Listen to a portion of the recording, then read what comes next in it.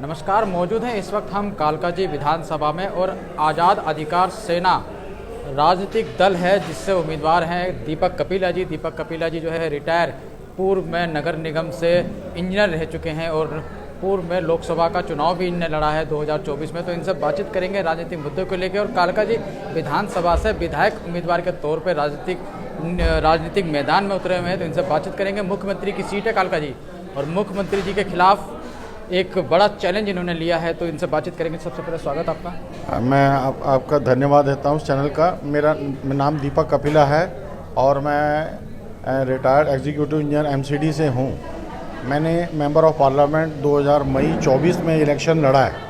मैंने एंट्री किया पॉलिटिक्स में, तो ये मेरी पहचान है। मुझे बार बार बताना पड़ता है कि मैं इलेक्शन लड़ाऊँ। अब मैं कालकाजी विधानसभा से एमएलए के लिए यहाँ से नाम उन्होंने दे दिया था पार्टी ने, आज़ाद अधिकार सेना से। इनमें पार्टी में अध्यक्ष जी हैं अमिताभ ठाकुर जी, रिटायर्ड आईपीएस हैं। तो ये लड़ाई मुख्यमंत्री वर्सेस हमारी है, क्योंकि इसमें कालकाजी की सीट में ना कांग्रेस आती है, क्योंकि कांग्रेस तो कहीं भी नहीं है पुराने कई साल से। 10 साल से तो आम आदमी पार्टी है और बीजेपी भी नाकामयाब रही है, तो वहाँ भी कोई चेहरा नहीं है। तो बेहतर यही है कि ये पार्टी की लड़ाई मुख्यमंत्री वर्सेस मेरी है। आपको नहीं लगता है कालकाजी की जो सीट है पहले की तुलना में आतिशी आज एक बड़ा चेहरा है, क्योंकि वो मुख्यमंत्री हैं और मुख्यमंत्री एक बहुत बड़ी चुनौती हो सकती है आपके लिए? नहीं, चुनौती क्या है, वो है तो एमएलए। गलती से मुख्यमंत्री जी जो पुराने थे अरविंद केजरीवाल जी, वो जेल चले गए। उन्होंने किसी को सत्ता सौंपनी थी, तो लकीली वो लेडीज़ हैं, तो बीइंग उन्होंने दे दिया, तो वह मुख्यमंत्री है। आज ये सीट मुख्यमंत्री की हो गई। कालकाजी में क्या लगता है आपको, काम हुए हैं क्या? नहीं, कालकाजी में कोई काम नहीं हुए। केवल आने से कहीं का उद्घाटन करना है, नारियल फोड़ देने से काम नहीं होते। काम मास स्केल पे, लार्ज स्केल पे फील्ड में होनी चाहिए, जो कि दिखाई नहीं देते हैं। आज भी आतिशी आती है, चली जाती है।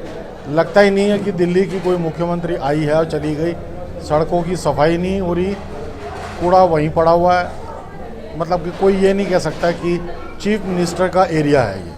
क्या क्या आपके मुद्दे रहेंगे चुनाव में? क्या एजेंडा लेकर आप चल रहे हैं, लोगों के बीच जा रहे हैं? एजेंडा तो यही है कि जो इन्होंने काम नहीं किए हैं, जैसे अपनी कॉलोनी रेगुलाइज नहीं की है, उस कॉलोनी को रेगुलाइज हम कोशिश करके पूरे 2 साल के अंदर अपना करवाने की पूरी कोशिश करेंगे पार्टी हमारी।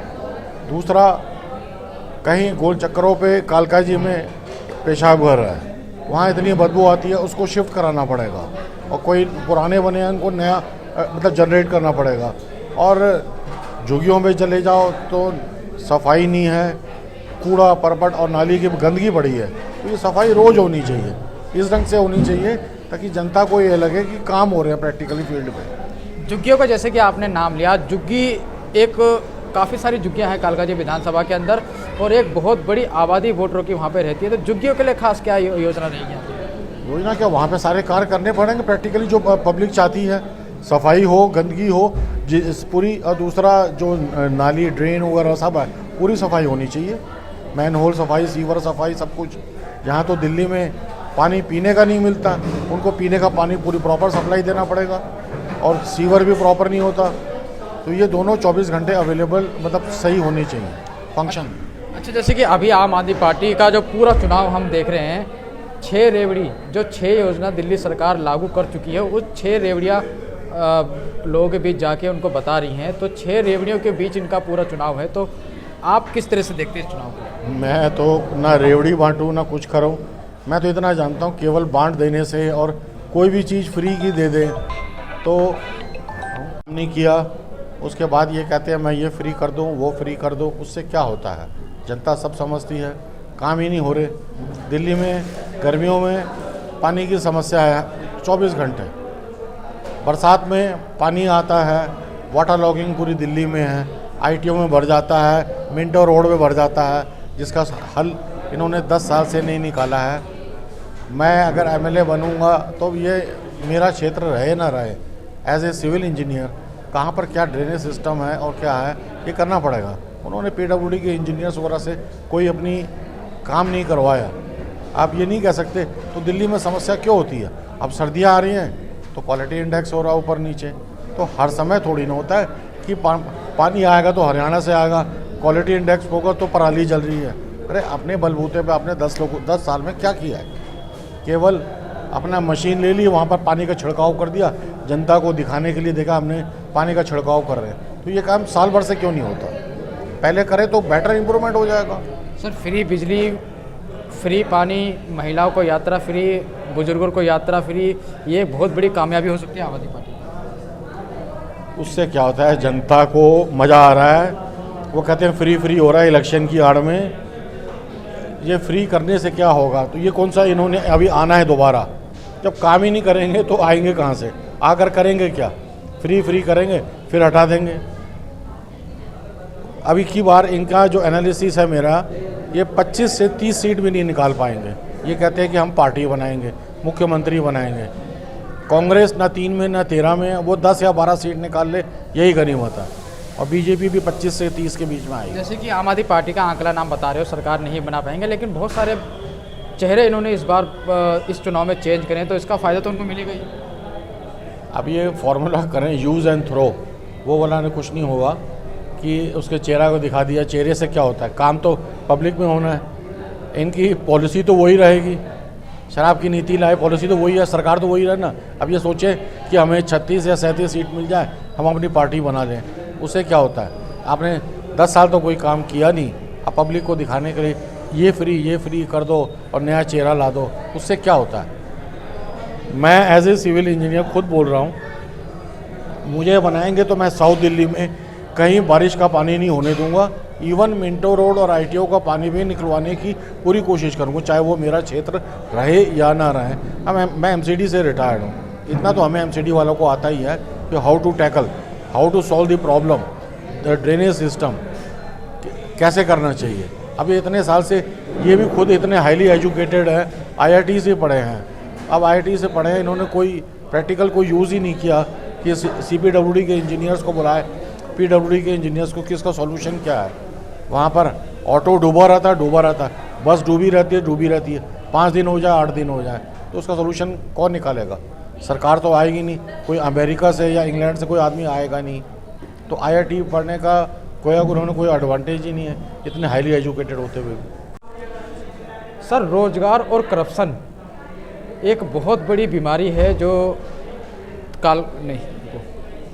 सर बेरोजगारी और करप्शन एक बहुत बड़ी बीमारी है जो आज बड़ी तेज़ी से फैलती जा रही है। इसके लिए कोई है योजना आपके? नहीं, योजना क्या, अभी जो 70 MLA की सीट है, अब हमारे मुख्यमंत्री जो पुराने हैं ये भी IIT से पढ़े हुए हैं, बल्कि इसके लिए तो 70 वैकेंसी हो गई। 70 इंजीनियर या IIT इंजीनियर दिल्ली में पढ़े लिखे होंगे, वो अपना MLA के लिए फॉर्म भरे, नामांकन भरे, वो भी MLA बन सकते हैं। कोई ये ज़रूरी थोड़ी ना कि IIT इंजीनियर अमेरिका में जाए या इंग्लैंड में जाए कि उनको लिए वो पैकेज, मुख्यमंत्री का पैकेज आज भी तैयार बैठा हुआ है। IIT का इंजीनियर बन सकता है जब वो मुख्यमंत्री बन सकते हैं। मैं as a civil engineer MLA के लिए मेंबर उसके लिए लड़ाई कर रहा हूँ मैं, तो वो भी कर सकते हैं। और हाँ, और रोज़गार देने के लिए हमारी एज लिमिट 60 साल है, 60 साल से कम करके 56 साल कर दिया जाए। 56 इंच का सीना, 56 इंच की एज, 56 साल की एज। तो जो 4 साल में जो रिटायर्ड होंगे पूरे ऑल ओवर इंडिया में, वो वैकेंसी क्रिएट होंगी, वो यंगस्टर के लिए सही रहेगा। तो मेरे ख्याल से तो एज लिमिट कम कर दें, तो ये तो रह गई यूथ के लिए नौकरी की। और आपने जो फार्मूला पूछा, और रहा करप्शन के लिए आज की डेट में हम लोग 10, 20, 50, 100, 500 के नोट हम इस्तेमाल करते हैं। आप 500 रुपये केंद्र सरकार या RBI बंद कर दे, जिनके घरों पे जो भी है 500 के ही नोट हैं, वो बेकार में मूंगफली की तरह काम आएंगे। अभी डिक्लेयर कर दें कि ये 5 महीने बाद 500 के नोट बंद करके नए नोट छपवाए जा रहे हैं। इवन चाहे 500 के भी नहीं हो, या 1000 के नोट जैसे 2000 के बंद हुए थे, इसको चेंज कर दें तो सब के सब जिनके पास जो पैसा है वो अपने घर में ही रखा रह जाएगा। सर अंत में क्या कहना चाहेंगे, क्या संदेश आपका रहेगा अपनी विधानसभा के लोगों के लिए? मैं पूरी दिल्ली वासी के लिए, जितनी भी हैं पॉपुलेशन, सबके लिए कहता हूँ, वोट उसको दे जो वादा करे और काम करे, जो ना कर पाए उसको ना दे। आप चाहे मुझे भी वोट दे या ना दे, मेरे वादों को ये देखिए कि मैं कर सकता हूँ या नहीं कर सकता हूँ। और दूसरी बात है, मैं ये समझता हूँ आपकी बार जैसे देश का नारा था कि बेटी पढ़ाओ देश बचाओ, मैं तो ये कहता हूँ अब की बार दिल्ली को बचाओ और आम आदमी पार्टी को हटाओ। तो ये नारा रहेगा तो जनता सुखी रहेगी, क्योंकि कोई काम नहीं हुआ। और मुख्यमंत्री तीनों पार्टियों में से ना बने, ना कांग्रेस, ना बीजेपी, ना आम आदमी पार्टी से, चौथा आदमी बने जो नया का चेहरा हो, ताकि काम कर सके जनता के लिए। ऐसे में तभी कोई दिल्ली कामयाब होगी। ऐसे तो ना सफाई होगी। मुद्दा अभी उठा है, लोकसभा में भी उठा था, पता चला पार्षद के इलेक्शन आ गए, फिर अगली लोकसभा आ गई। तो ये मुद्दे चलते नहीं रहने चाहिए, काम होना चाहिए फील्ड लेवल पे, जिससे कि जनता को सहूलियत मिले। उसमें आके ज़रूरी नहीं कि आप सबको रैली करें, रैली करने से, पोस्टर लगा देने से काम होता है। आपने सब कुछ कर दिया, काम एक ढेले का नहीं करना, उसका कोई फ़ायदा नहीं। चेहरा देख के काम कराए, वोट